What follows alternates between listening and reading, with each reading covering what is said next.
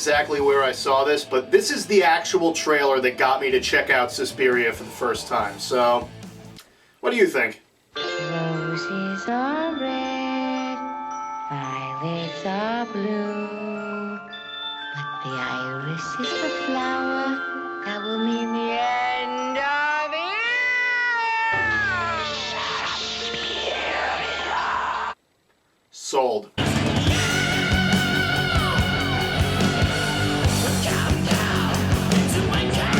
An American ballet student travels to a school in Germany to learn from the best, but she begins to notice some strange behavior from the administration, as well as more than a few disappearances.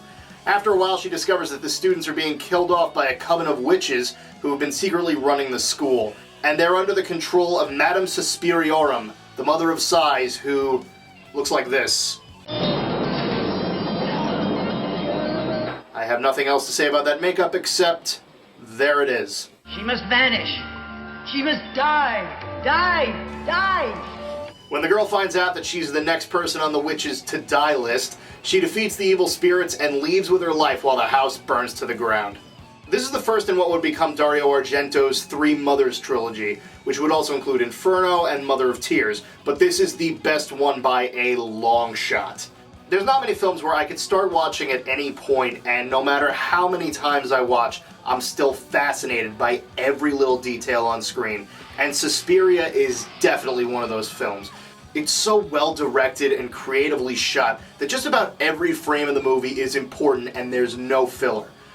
I wish I could say that for all of Argento's films that I've seen, but if I'm being totally honest here, his Phantom of the Opera retelling was a little too weird for me to like, and I'm just not that big a fan of his daughter, so Mother of Tears is out.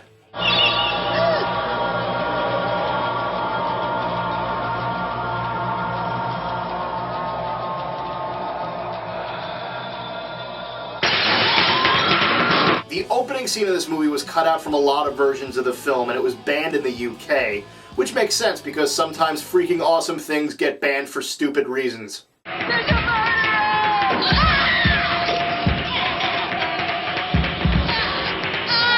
The first 15 minutes of Suspiria are 15 of the greatest minutes of any movie ever. From the introduction into the apartment building, with that heavy rain to the deaths in the hallway, it's just incredible every time. And I still get chills watching that body fall through the stained glass window.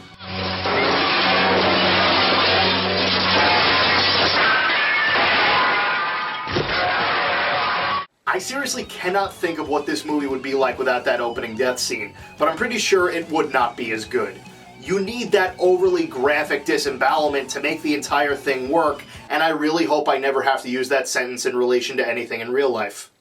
And that's one of the things that Suspiria did better than any movie in years, only maybe topped by Andy Warhol's Flesh for Frankenstein, is that it made the bloodiest, goriest moments incredibly beautiful. The colors are so bright on the screen to emphasize the blood. It's a pretty unrealistic color, almost ketchup-like, but when it clashes with the backgrounds and the skin tones, it really jumps out at you. It's one of the only movies in history where you can call a death scene pretty. Actually, all the sets and backgrounds are incredibly vivid, making almost a dreamlike atmosphere as the girls try to escape the house with their lives. I actually heard rumors that most of this film was based off of Snow White and the Seven Dwarfs, and although there's not a lot of men in the cast, and I can't really see much relation besides there actually being a witch, it does have a very fairy tale aspect to it. The ending scene is especially impressive as the house crumbles around Susie as she tries to escape. The walls just come pushing out of their places, the furniture and ornaments all explode as she steps through. It's just so well done and incredibly effective. Granted, not all of the movie makes sense to me. I didn't expect to understand much from an Italian horror film, but like there's this scene where a girl tries to leave out of a window and then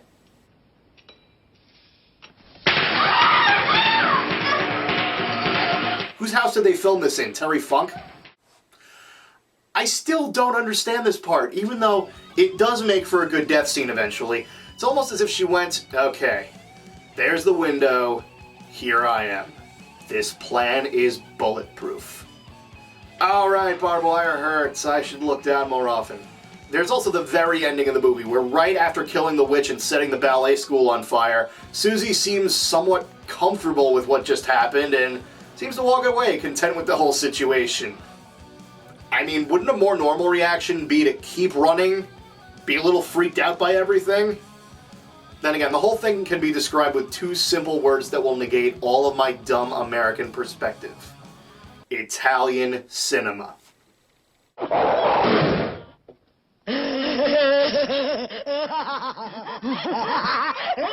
Apparently there were plans to remake Suspiria in the past couple of years, and the guy who directed Pineapple Express was supposedly going to be in charge of the project.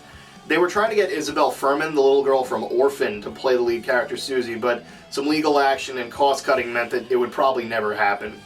I think it's safe to say that even though I think Fuhrman would have done an okay job, we dodged a bullet here. Also, in preparation for this review, I was amazed to see showtimes pop up in my Google feed. There's a theater in Brooklyn that shows old horror movies at midnight, and why have I never heard of this until now? And this is amazing, and it might turn into another video series once I'm finished with this. But yeah, this is seriously one of my favorites, even though I don't completely understand it all the way through. There are times when I think it's because I don't watch it carefully enough, and then there are other times where I think that the cultural barriers don't mix well. And then I think to myself, maybe I'm not supposed to understand everything, and I should just enjoy it.